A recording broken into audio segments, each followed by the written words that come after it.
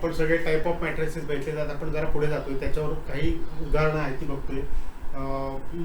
In the last one we have seen a singular or non-singular matrix. If determinant is 0, then it is called singular matrix.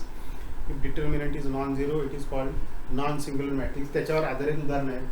You have given some matrices, first two matrices, and you have to say whether they are singular or non-singular. आता singular non-singular साठी आपल्याला determinant काढावा लागतो. समजा हा matrix, suppose the matrix is A, we call this matrix as A, then we find its determinant.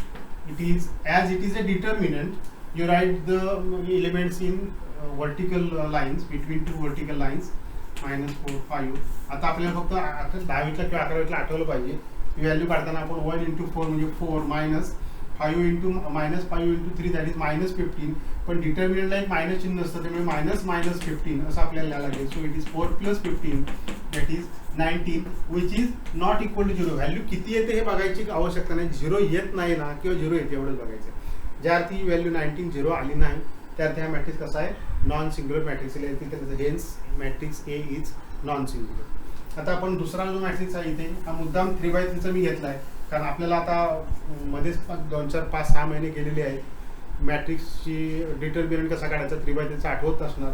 त्यामुळे suppose this matrix is B, then we find its determinant. That means you write the matrix in determinant form, -7, 4, 5, -2, 1, 6.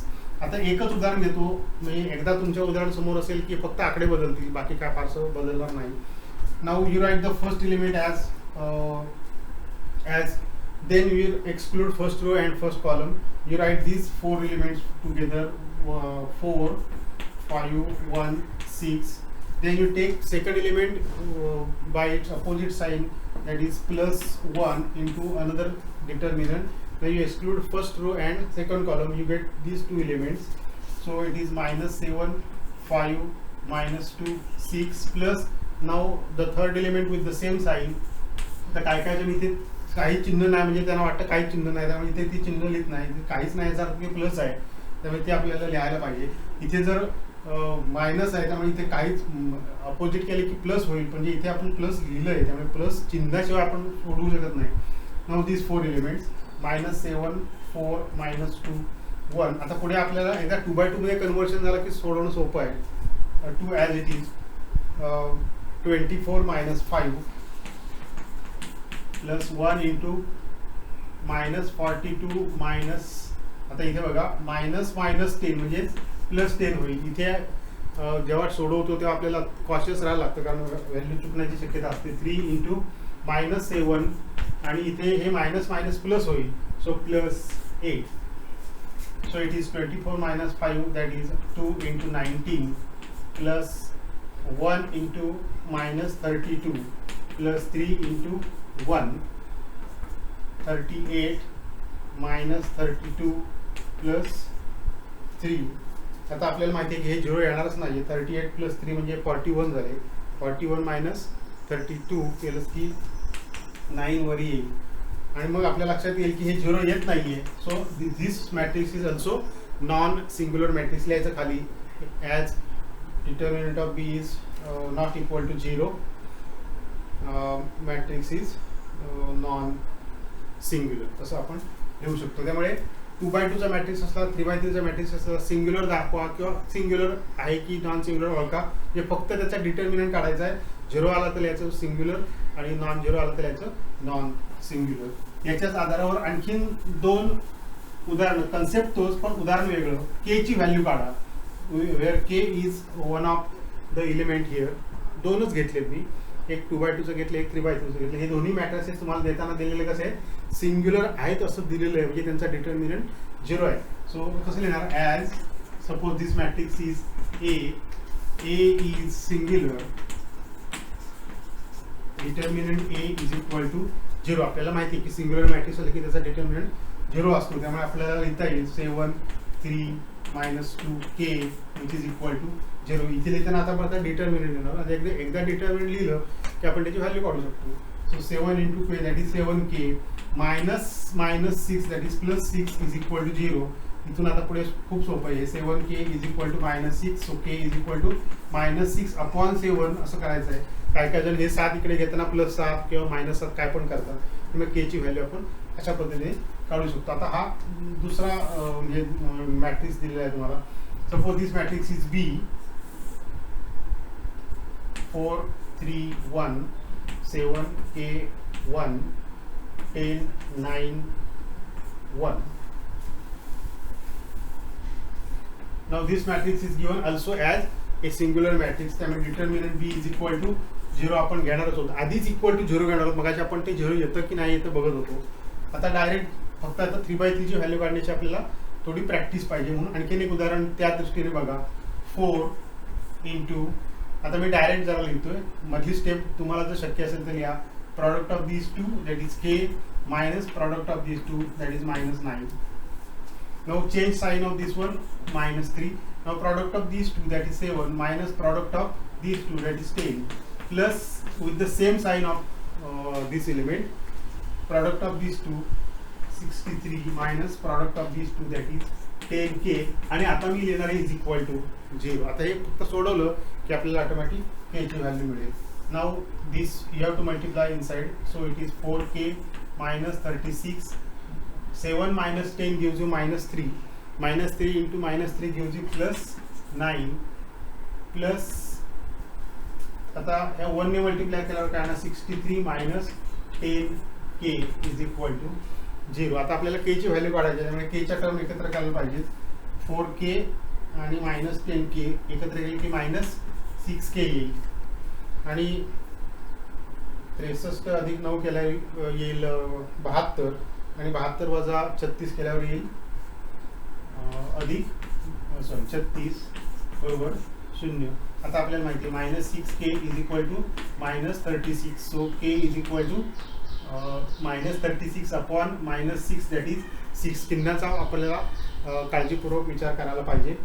म्हणजे आपल्याला जर matrices singular दिलेली असली तर त्याच्यातल्या K ची value काढता येते.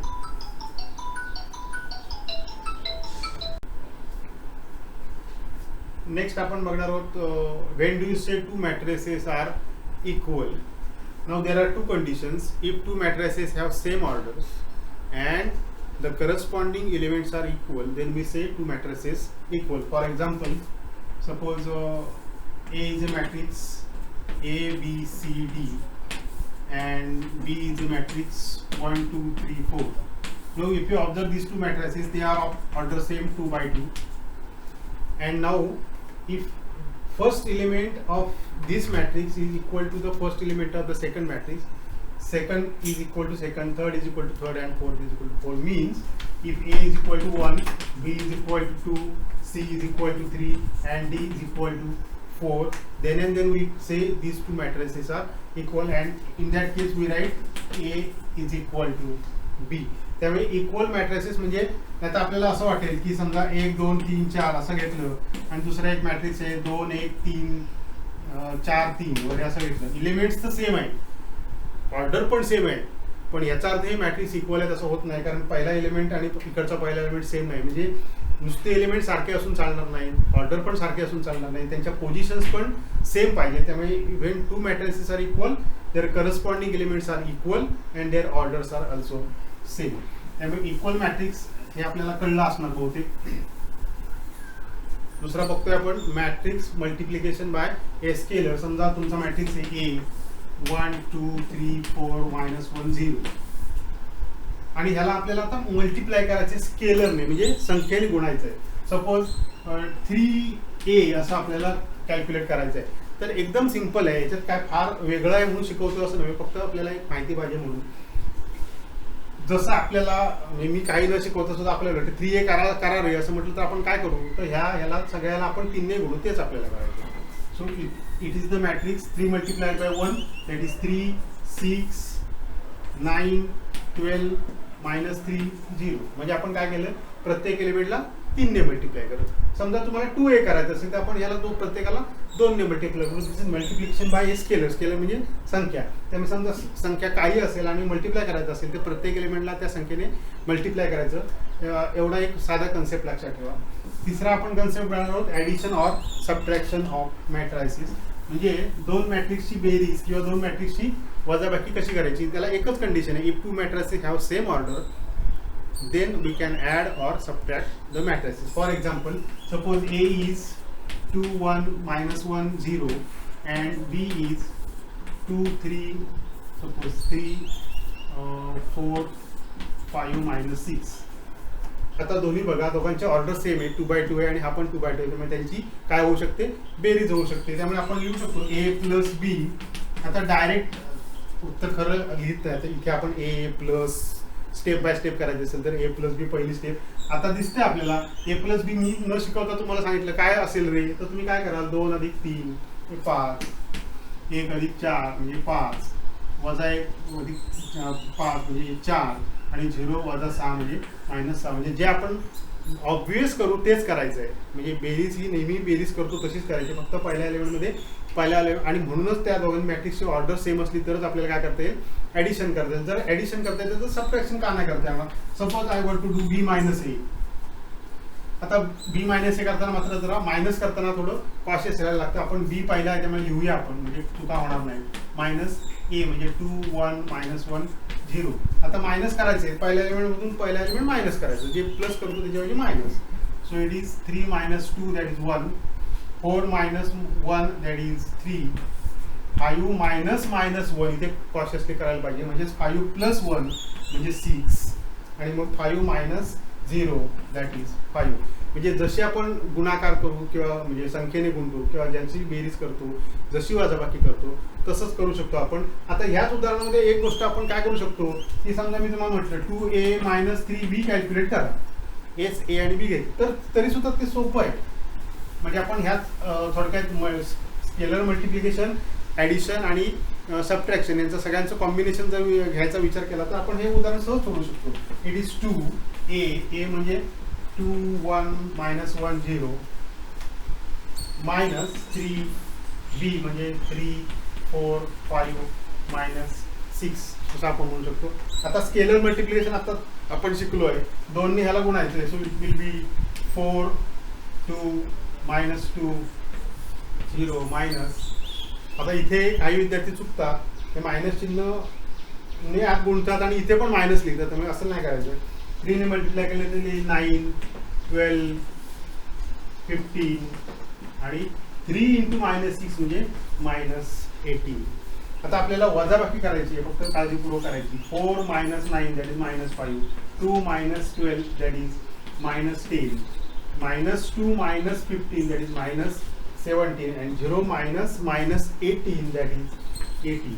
त्यामुळे आपण matrix addition, matrix subtraction and multiply matrix by a scalar या तिघांचं कॉम्बिनेशन असलेलं हे एक उदाहरण भेटलं. अजून आपण ह्याच्यावरची पुढची उदाहरणं लगेच घेऊया. बघा आणखीन एक त्याच्यासारखंच उदाहरण घेतलंय. A is given you, B is given to you and you have to find A minus 2B plus 6i. आता डायरेक्ट सुरुवात करायची सोडवायला. A minus 2B plus 6i is equal to direct जसं आपण व्हॅल्यू सबस्टिट्यूट करून values काढतो तसंच करायचं. A means 1 - 2 5 3 minus 2B means 1 - 3 4 7 plus. आता इथे तुम्हाला लक्षात येईल आता त्या उदाहरणात पुढे दिलेले wear I is identity matrix of order 2/2. त्यामुळे इथे जर ह्या दोघांची ॲडिशन आणि हा त्याच्यात ॲडच करायचा आहे आणि तो आय आहे, तर तुम्हाला ऑटोमॅटिक समजलं पाहिजे की हा 1 0 0 1 हा पण जे आयडेंटिटी मॅट्रिक्स ऑफ ऑर्डर 2 आणि ऑर्डर 3 बघितले होते त्याच्यातला आहे. आता 2च्या ऐवजी 3 आहे फक्त. हा मॅट्रिक्स तसाच लिहूया आपण 1 - 2 5 3. आता मायनस करतोय मी, 2 ने मल्टिप्लाय करतोय. 2 - 6 8 14 प्लस. आता आपण 6 ने मल्टिप्लाय करूया. 6 0 0 6. आता बेरीज वजाबाकी तुम्ही डायरेक्ट फक्त एक गोष्ट अशा 3च्या वेळी करताना ह्या दोघांची बेरीज दिसते, म्हणून दोघांची बेरीज करायची नाही, कारण ह्याला मुळात मायनस चिन्ह आहे.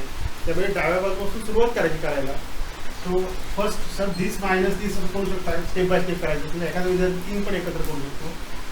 दिस मायनस दिस केल्या गेले -1, दिस मायनस म्हणजे -2 -6 म्हणजे -2 + 6 म्हणजे येईल 4, 5 - 8 म्हणजे -3, 3 - 14 म्हणजे -11 आणि प्लस त्याच्यात 6 0 0 6 येईल. म्हणजे डायरेक्ट उत्तर तुम्ही लिहू शकता. -1 + 6 म्हणजे 5, 4 + 0 म्हणजे 4, -3 अधिक 0 म्हणजे -3 आणि -11 + 6 म्हणजेच -5.